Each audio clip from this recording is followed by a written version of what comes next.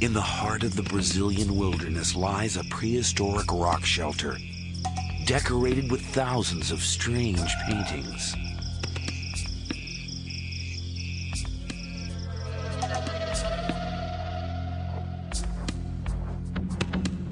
South American archaeologists are finding unusual human remains.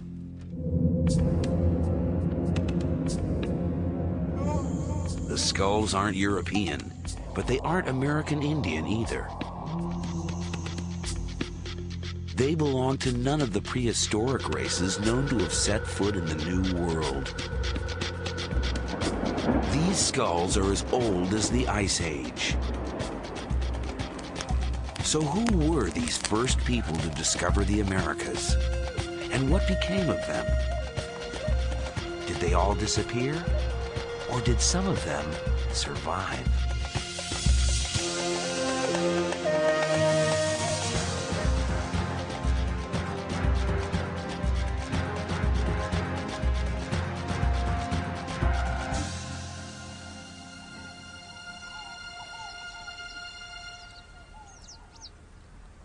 This is Serra da Capivara, a rocky outcrop of cliffs and valleys in a remote corner of northeast Brazil.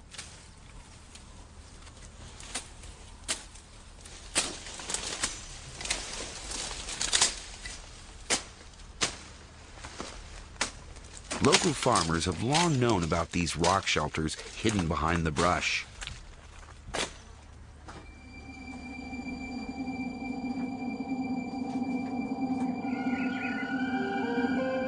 Shelter walls are decorated with scenes from everyday life. A net to catch deer. A stick to collect honey from a beehive. A hand shielding the eyes. Here, 3 people are helping a pregnant woman give birth.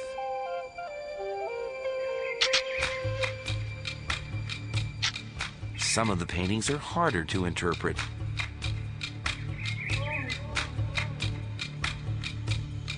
These curious-looking figures are thought to be men in disguise, dancing with women.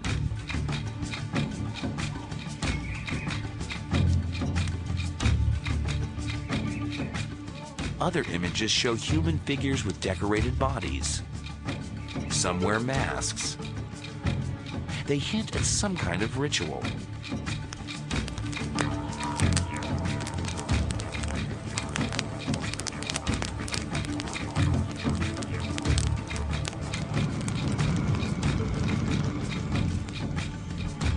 No one yet has figured out what these scenes mean. But local farmers claim to know who originally painted them.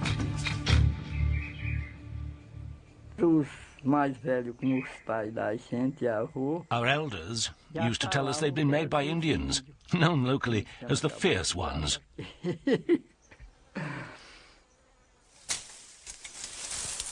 Indians were the obvious candidates.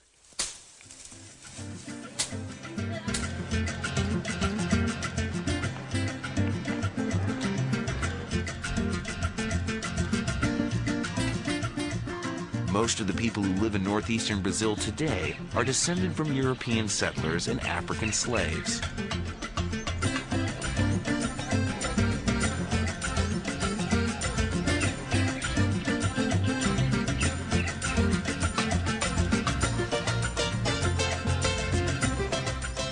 But these ancestral groups arrived in Brazil just 500 years ago. When the Portuguese first discovered Brazil, they found that Indians were already here. And a few of the local villagers are descendants of mixed marriages between Indians, farmers, and slaves.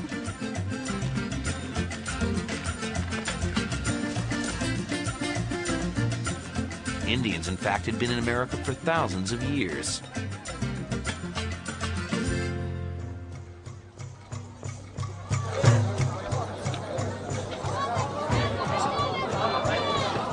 Scientists today can tell precisely when they arrived and from where.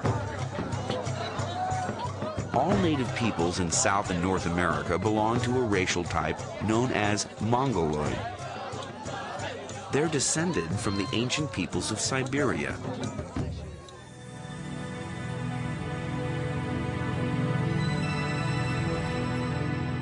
During the Ice Age, 12,000 years ago, there was a land bridge between Siberia and Alaska.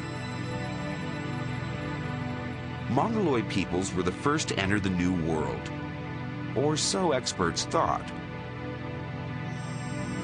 The Brazilian finds point to a very different story of the discovery of the Americas.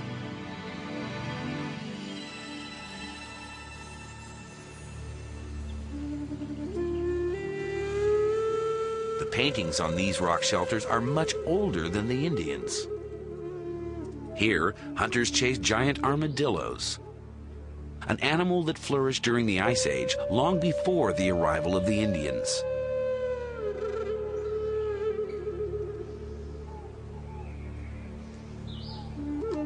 There's a playful feel to many of the scenes.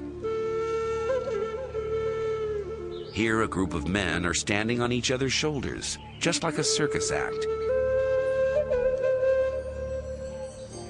And here, a rare romantic moment.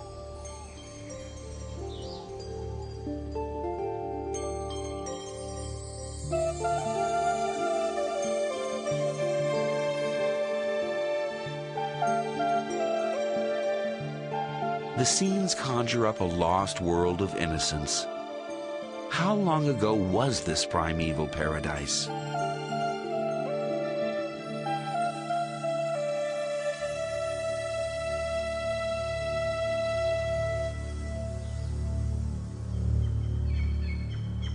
French archaeologists have just finished digging in Pedra Furada, the largest of the rock shelters. Their aim was to go back in time to a period well before the arrival of American Indians.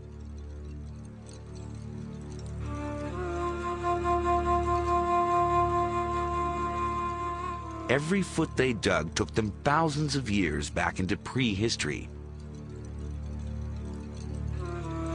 When they reached layers 40,000 years old, they found these.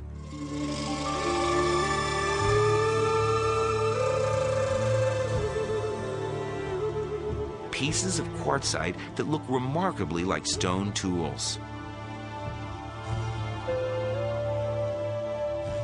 The edges on one side of the stones were flaked off.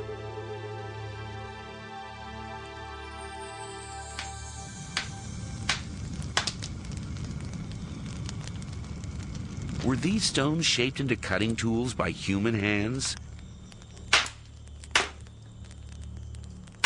If so, then the history of the discovery of the Americas would have to be rewritten. But if people had been here before the American Indians, surely there would be other traces of their presence. The archaeologists continued to dig, down to depths 50,000 years old. And then they found this.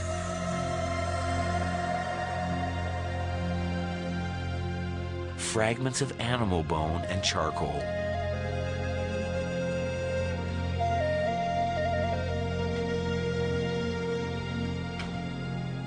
For Anne-Marie Passy, one of the archaeologists involved in the dig, these fragments were proof of human occupation.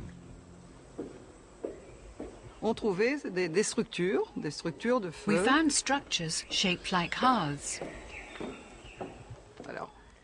Next to the charcoal, depending on the period, we sometimes found food leftovers of animals they may have eaten.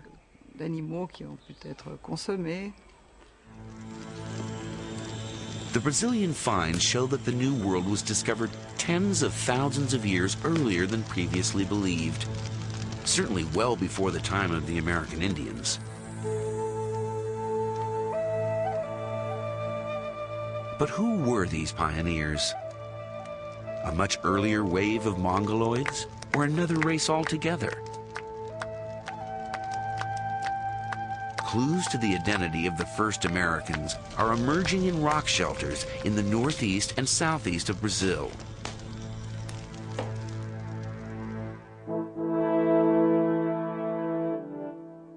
Archaeologists there have recently unearthed human remains.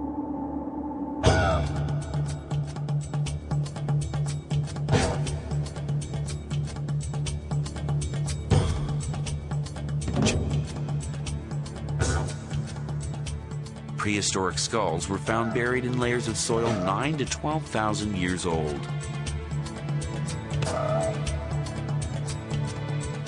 They are the oldest skulls in the Americas.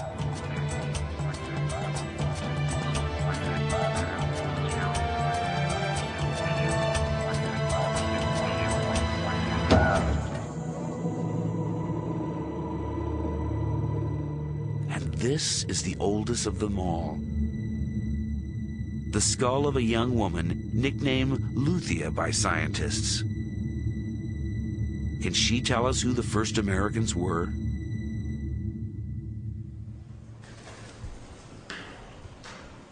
Walter Neves is a physical anthropologist at Sao Paulo University in Brazil. He has been using a standard and reliable archaeological measure, the shape of the skull, to find out what race she belonged to. 91. He fully expected Luthia to be a Mongoloid, an ancestor of the American Indians. 91. But then he fed the measurements into the computer. When we start running the computer and seeing the results, it was amazing because we realized that the statistics, the quantitative analysis we were doing was not showing just people to be Mongoloid. In fact, the analysis was showing these people as anything except Mongoloid.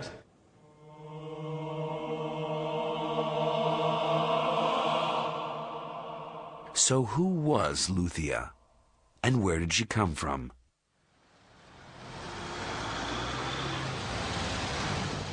To find out, the skull was taken to a hospital in Rio de Janeiro to begin the process of reconstructing her face. The first stage was to make a three-dimensional CAT scan of Luthia's skull in order to build a replica.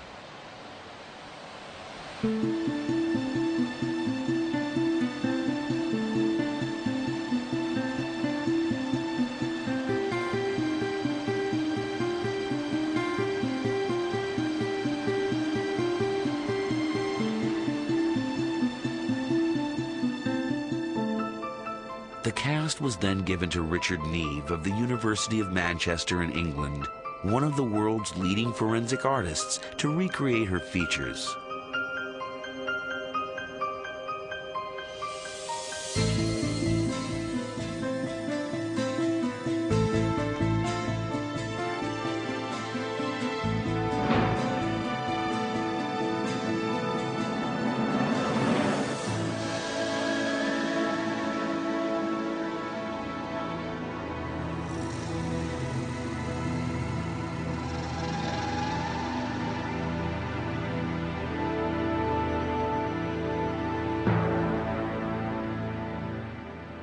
That, to me, is a Negroid face that has all the features that you associate with a Negroid face.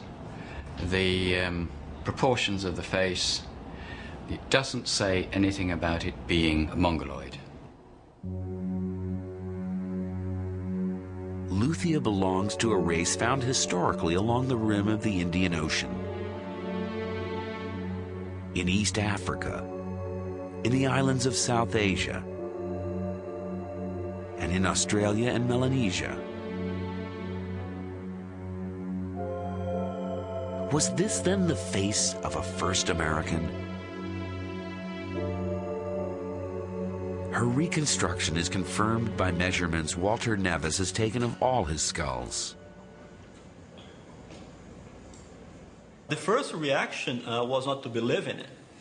But as the results, repeated so many times, and the result is exactly the same thing. They are very similar to nowadays Aborigines and Africans, and no similarity at all with Mongoloids in Asia or with American Indians. But how could Luthia be African and Australian? According to Walter Nevis, there's a very simple explanation. Luthia is a bit of both. The first humans originated in Africa.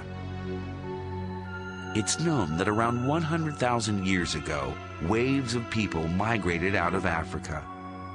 One such wave went east, and 60,000 years ago, it reached Australia.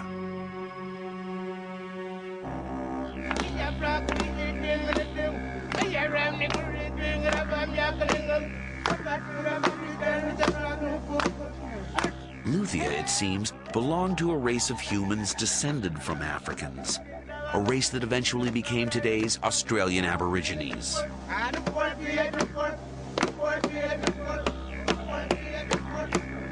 But if the first people to enter the New World were the ancestors of present-day Aborigines, how could they possibly have reached the Americas? Australia and Southeast Asia are on the other side of the Pacific Ocean, more than 8,000 miles away from South America.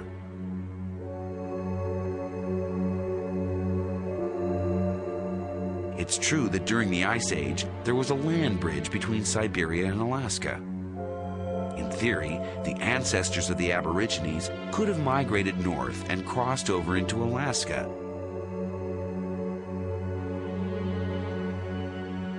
But they wouldn't have made it very far. A permanent mass of ice sat on Canada for thousands of years.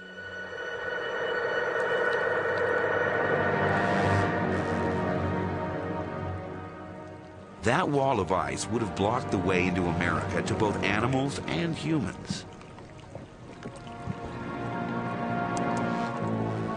But could there have been another route to South America?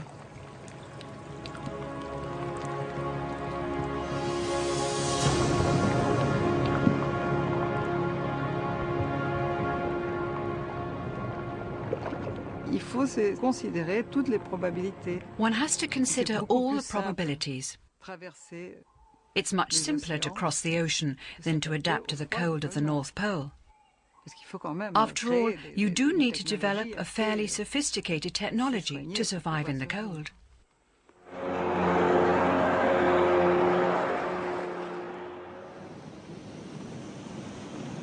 But did the ancestors of the Aborigines have the technology to cross the Pacific?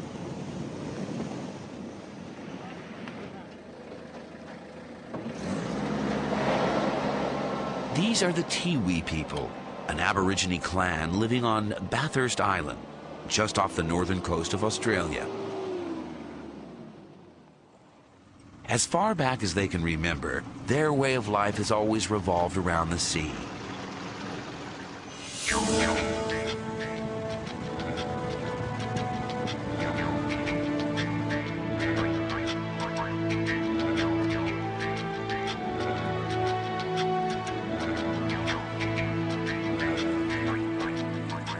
And in these shallow tropical waters, the old-fashioned spear is still the best tool to catch crabs. But the Tiwis are very much the exception. Most Aborigines live on the mainland and have no seafaring heritage.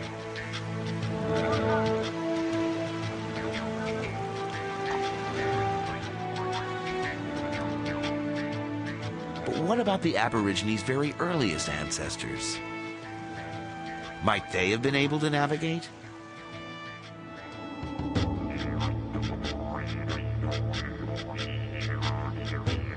Curiously, the best clues to the culture of the first Australians are to be found far away from the coasts.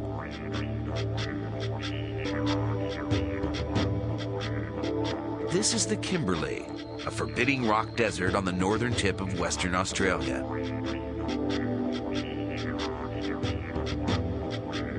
Today, the place is uninhabited. But during the Ice Age, 20 to 50,000 years ago, these were hunting grounds for the first Aborigines.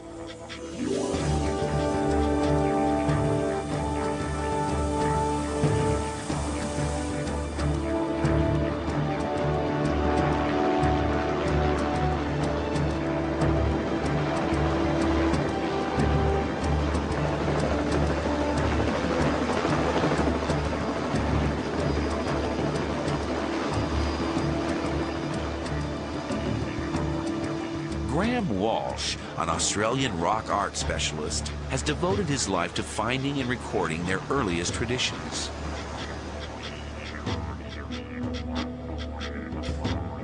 The area is surrounded by rock shelters, many of them decorated with images painted tens of thousands of years ago.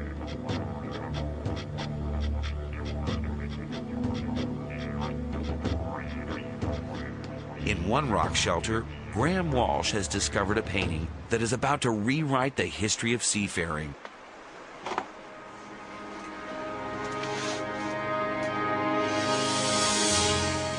It's the oldest painting of a boat anywhere in the world.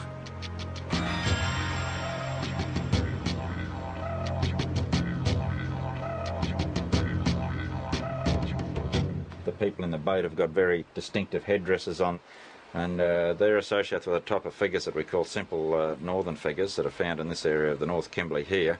They're associated with war scenes, battle scenes where they're not using spear throwers, and so we can date that type of figure by the type of technology that they're depicted with. And it's very ancient because the spear throwers, we've dated paintings with spear throwers on as predating 17,000 years. And that's a minimum figure. I think it will go back much, much older than that, up to 50,000 years ago. What's remarkable is that the boat seems to have been designed with a very specific purpose in mind. You can see by the type of watercraft with the high prow on it, it appears by watercraft experts, they tell me it's an ocean-going type craft with this high nose. There's no need for all the sort of high prows and that in still water. So you're looking at some sort of craft that's been used for the open sea. In this remote rock shelter is the first indication that the ancestors of the Aborigines did indeed have the technology to sail, and perhaps even to navigate the oceans.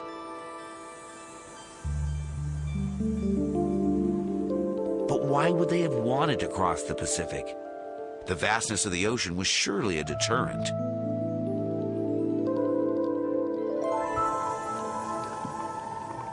More and more, scientists are convinced that the very first ocean crossings may have happened by accident. It's not such a far-fetched idea. Il y a 3 ans, 3 years ago, 5 fishermen, well, only 2 made it out of the original 5, set off in the middle of a storm off Africa. They arrived here in Brazil. They decided to stay. They didn't want to return to Africa. Sure, it was an adventure, an odyssey, but they made it in just 3 weeks. They survived. And if they survived, others could have done so too.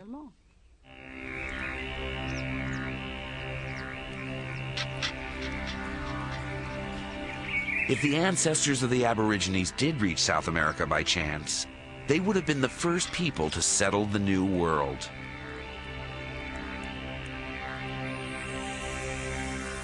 They would have become the American Aborigines.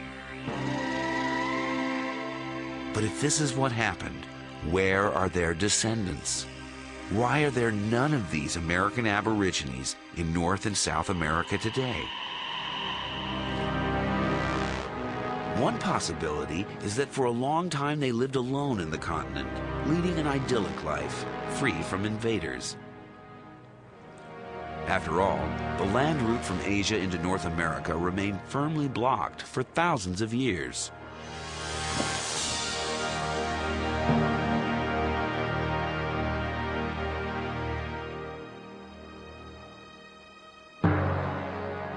But around 14,000 years ago, the climate began to warm up.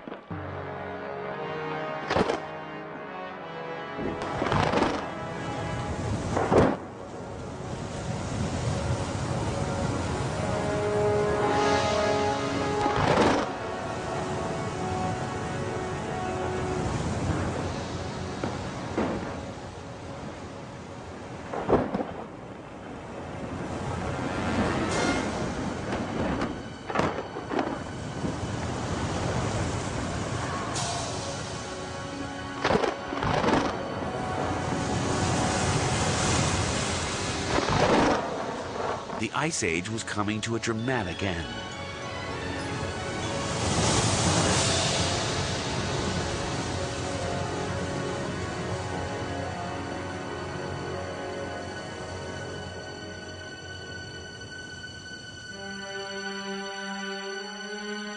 In Alaska, an ice corridor opened up.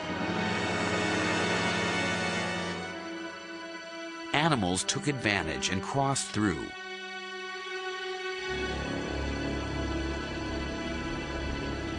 Chasing them were Mongoloid hunters. It's well known that around 12,000 years ago, the ancestors of today's American Indians entered the New World. The Mongoloids moved swiftly, colonizing North and South America in just a few thousand years. That's precisely the time frame when scientists believe the American Aborigines begin to disappear. Could the Mongoloids have replaced the Aborigines? This is very clear in South America. All populations I have in my data set from the whole South America, okay, from 7,000 to the present, they're absolutely classic Mongoloid. And everything I have with more than 9,000, okay, is absolutely non-Mongoloid. So I would say this replacement occurred between 9 and 7,000 years ago. Rock art experts have been studying the Brazilian paintings for clues about how that replacement might have happened. Here may be an explanation for how the American Aborigines became extinct. This scene shows several men in midair. They look as if they're flying.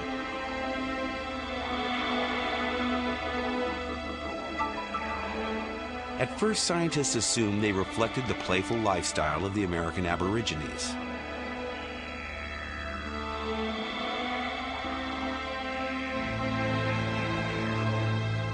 But computers can shed new light. Images can be digitally removed and then reintroduced one at a time.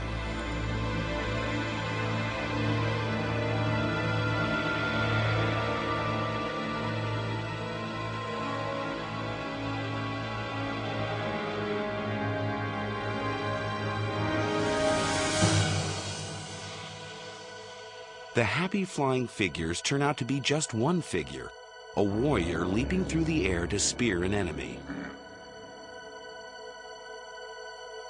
At first, we thought this was a scene of harmony, with various figures flying through the air. Now we no longer see it as a scene of harmony, but as a scene of violence. Suddenly, the meaning of the other enigmatic scenes becomes clear.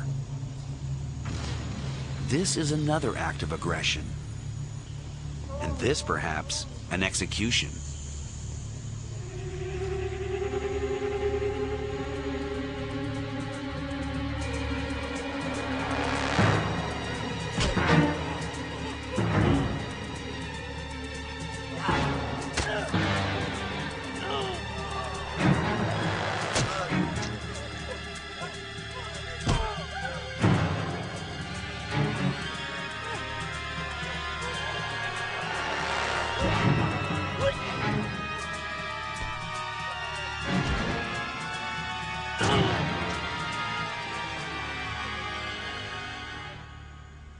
Were the Mongoloids at war with the Aborigines? Tellingly, these scenes only begin to appear after the arrival of the Mongoloids. Jusqu'à 9000 ans, on n'en trouve pas une. Until 9,000 years ago, we don't find a single scene of violence, and this coincides with finds which show an increase in population. Ça coïncide. On peut pas tirer des conclusions. We can't draw any conclusions, but there is an increase in small tribes, and violence becomes very important. La violence commence à devenir très important. Conquest by the Mongoloids would explain why there are no Aborigines in the Americas today. They were wiped out.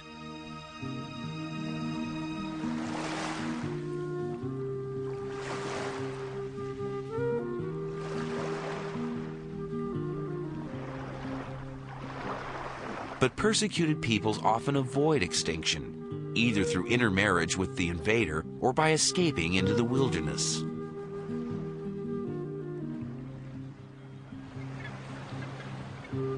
Could some American Aborigines have survived in a remote corner of the New World?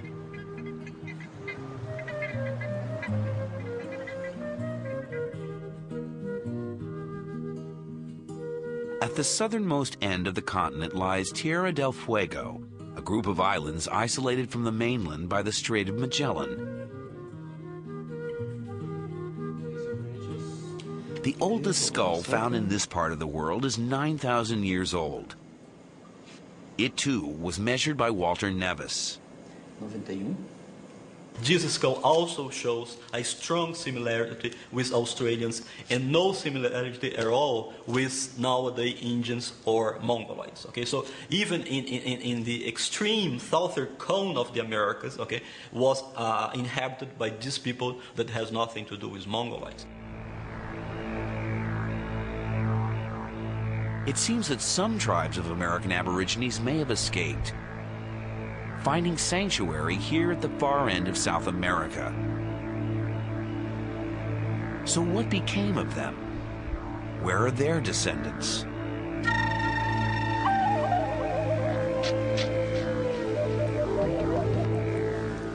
When the first Europeans explored Tierra del Fuego, they encountered bands of hunters and gatherers, the Fuegians.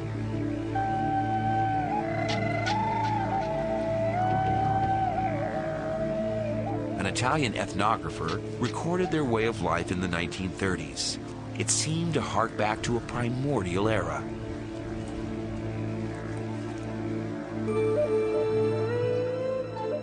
Sisters Cristina and Ursula Calderon are children of those hunters and gatherers.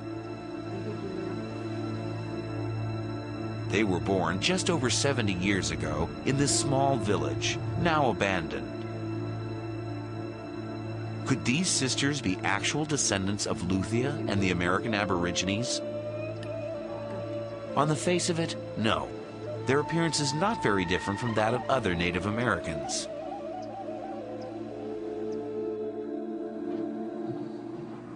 But a more reliable marker of ancestry lies behind the face, the shape of the skull.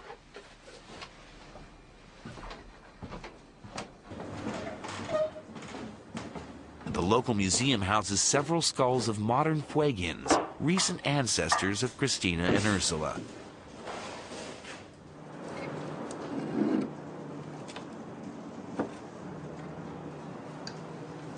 For the first time, scientists have begun to measure these skulls.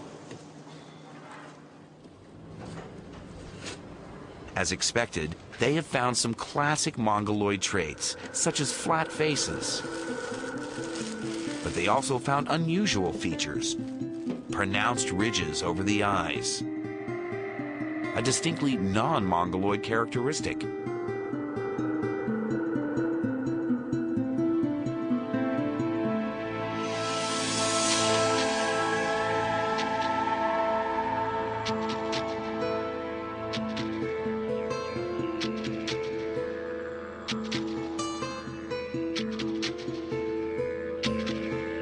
Apparently, Fuegians were somehow related to the ancestors of the Australian Aborigines. We think that Fuegians is the nowadays Fuegians or the historic Fuegians are the result of interbreeding between the non-Mongoloids and the Mongoloids. It seems that some American Aborigines may have avoided extinction by intermarrying with the Mongoloids 7,000 to 9,000 years ago, and then retreating to Tierra del Fuego, where they lived in isolation until the 20th century.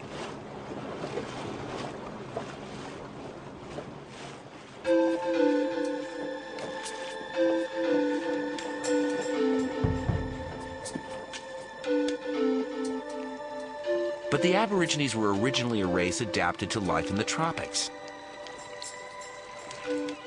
How could they have survived in this cold and damp corner of South America?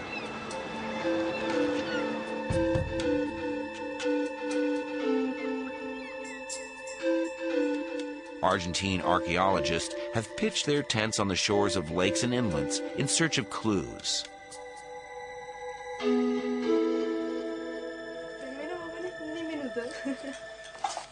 On this beach, they found mounds of mussel shells. Una secuencia de valvas que si la miras se está clavando dentro o por debajo. The oldest layer is 6,000 to 7,000 years old. Is this ancient garbage left behind by American Aborigines?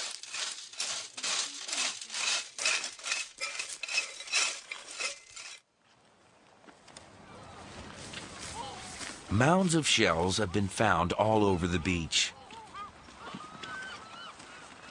The mounds are overgrown with grass, but they have a distinctive shape. Each one is built up around a hollow. According to Ernesto Piana, the excavation leader, they're evidence that this sheltered beach was the site of a very ancient settlement. This kind of round structures, you may see many in this archaeological site in Miwaya, are actually the base of their huts.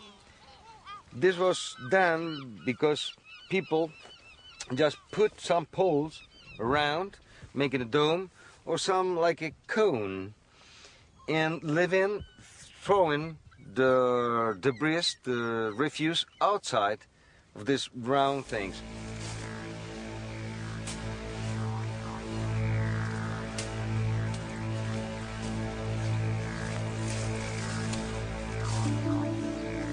Alongside the very same beaches, similar huts were being built by the Fuegians until just 60 years ago. These huts sheltered the American Aborigines through thousands of winters of wind, rain, and snow. Some tribes wore hides of guanaco, a type of llama, to keep the cold out. But others wandered around virtually naked. How did they cope with the cold?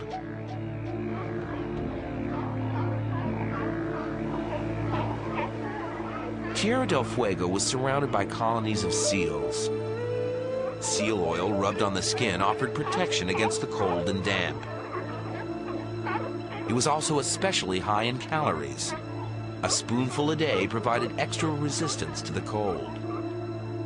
We were given spoonfuls of seal oil. That's how I grew up healthy. And I guess that's why I'm still here today. They said it was very good for the kids, but only in winter, not in summer. Because in summer your face comes out in a rash of spots. The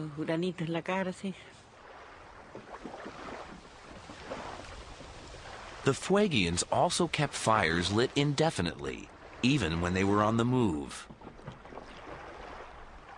They lit their fires in the canoe.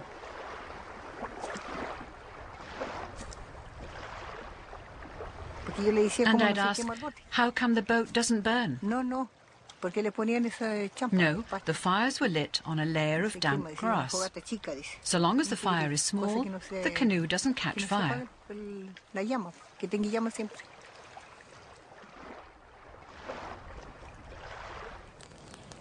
Isolated from the rest of the continent, the descendants of the American Aborigines preserved their way of life for thousands of years.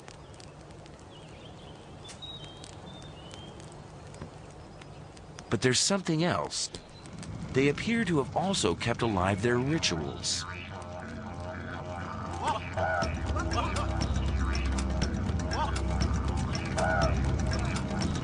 The 1930s expeditions recorded secret initiation ceremonies.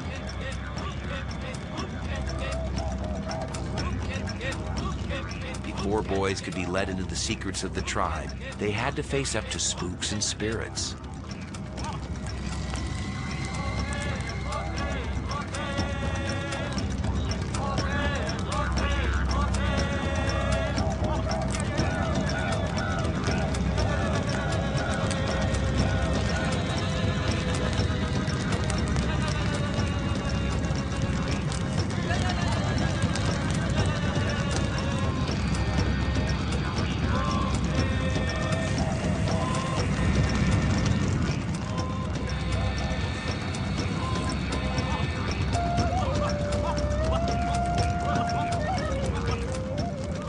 According to the ethnographic reports, boys and women believed the ghosts were real.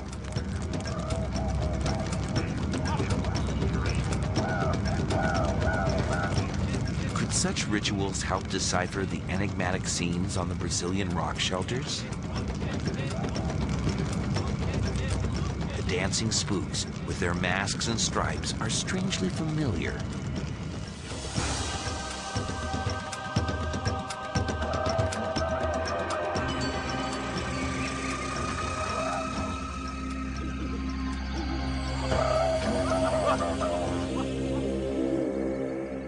Tribal wisdom taught to the Fuegian initiates was secret. It was only revealed to men. Women were kept in the dark. Any speculation about it was, and still is, strictly taboo. They said it was a very secret ritual. That's why we never talked about it. Only the men were supposed to know about it.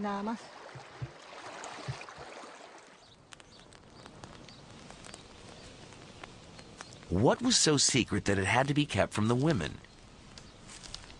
Some of the chiefs, according to ethnographers, explain that there was a time in a very distant past when women ruled society. So the women must never know, lest the men lose their grip on power. Perhaps this story was brought into the New World by the American Aborigines, because similar legends have been recorded amongst Aborigine tribes in Australia.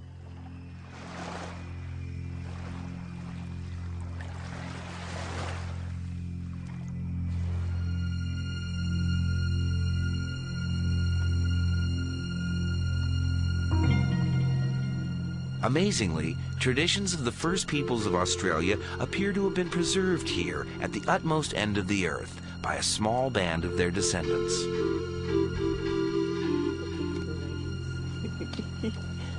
But after surviving 50,000 years, the memory of those traditions is now at risk of being lost forever.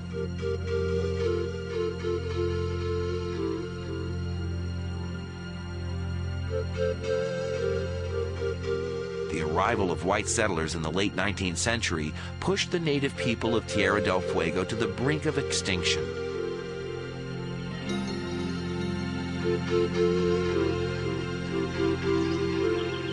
The guanaco was one of the main sources of food. But when European settlers arrived, they saw a land ideally suited for something else.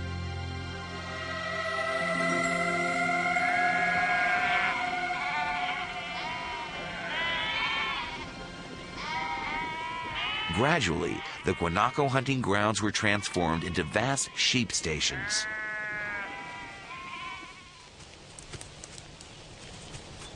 It seems that the Fuegians thought they could simply switch to hunting sheep. It was a tragic mistake. European landlords thought nothing of killing poachers in cold blood.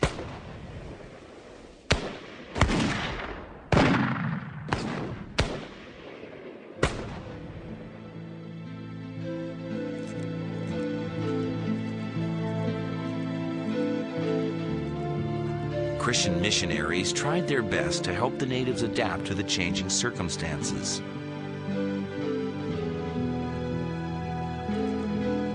Women and children were brought to the missions to be clothed and educated. But this only made matters worse, as the Fuegians came into contact with European diseases for the first time.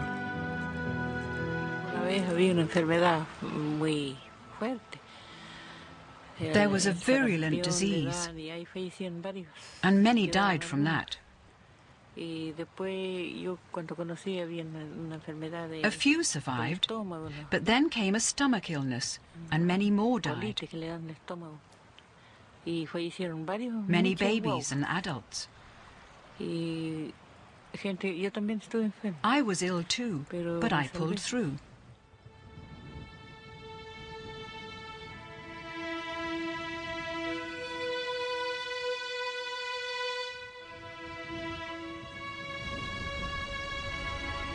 The deaths eventually decimated the villages.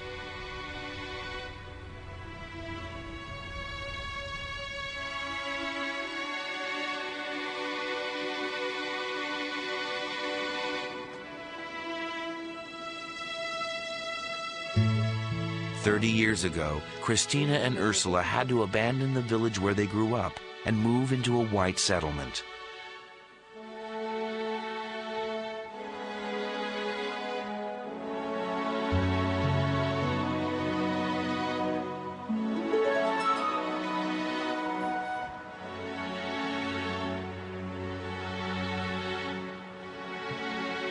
They return occasionally to visit the graves of their family.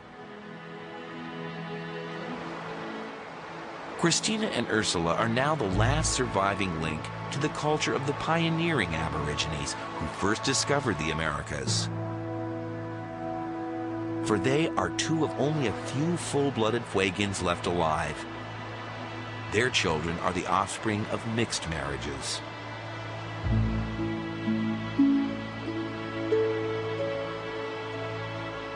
Just as it did 9,000 years ago, intermarriage, this time with Europeans, may save something of the American Aboriginal culture from complete extinction.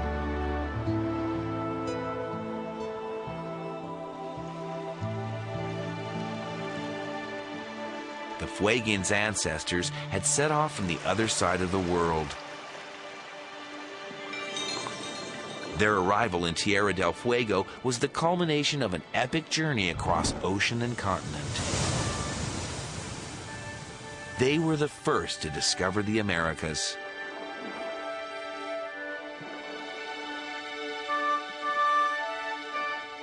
"50,000 years later, their descendants have dwindled to a handful of survivors. But who knows? Perhaps the Fuegians were not the only Aborigines to survive the arrival of the Mongoloids. Maybe another tribe of long-lost American Aborigines is awaiting discovery in some remote corner of the Brazilian jungle.